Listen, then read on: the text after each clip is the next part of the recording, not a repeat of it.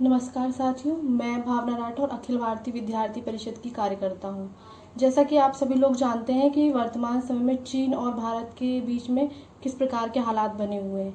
चीन का हमेशा से आतंकवाद के पक्ष में साथ रहा है। उसने पहले भी पाकिस्तान को उड़ी हमले के विषय में उसका समर्थन किया था और अभी वो जिस तरीके के हरकतें कर रहा है वो हमारे देश के लिए ठीक नहीं है। वो हमेशा से गद्दारी करता रहा है और हमेशा से भारत को धोखा देता रहा है। वर्तमान में अभी कुछ चीनी मीडियाओं ने हल्के स्वर में उनका कहना है कि भारत भौंक तो सकता है लेकिन कुछ कर नहीं सकता है, जिसके तहत भारतीयों ने एक मुहिम छेड़ी है जिसमें वो चीनी सामान का बहिष्कार करते हुए नजर आ रहे हैं। तो जो लोग चीनी सामान का बहिष्कार कर रहे हैं, कई लोग उनका भी विरोध कर रहे हैं कि वो चीनी सामान का बहिष्कार क्यों कर रहे हैं, हमें चीन की ज़रूरत है।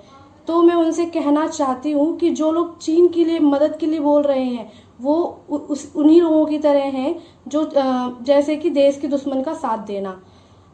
हमें चीन के सामान का बहिष्कार करना है। हाँ, हम ये भी जानते हैं कि हमारे पास उनकी जैसी टेक्नोलॉजी नहीं है, लेकिन कुछ ऐसी रेलिवेंट चीज़ें हैं जो हमारे पास उपलब्ध हैं, उसके लिए हमें चीन के साथ की कोई ज़रूरत नहीं है।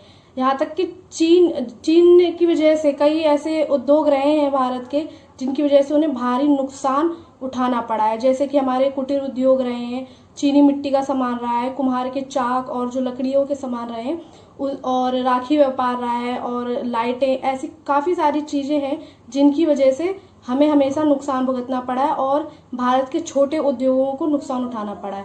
अगर हम चीन के सामान का बहिष्कार करते हैं तो उससे आगे भारत के जो छोटे उद्योग, कुटीर उद्योग हैं और जो कामगार हैं उन्हें तो लाभ पहुंचेगा ही पहुंचेगा, साथ में हमारी जो सेना है उसका मनोबल भी बढ़ेगा। और इस सामान का बहिष्कार करने के साथ साथ हम चीन के ऊपर एक मानसिक दबाव भी बना सकते हैं, क्योंकि भारत एक उभरती हुई अर्थव्यवस्था है और चीन ऐसी अर्थव्यवस्था को खोना हरगिज नहीं चाहेगा।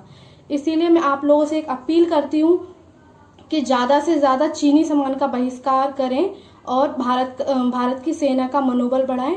I stand with Indian army. जय हिंद, जय भारत।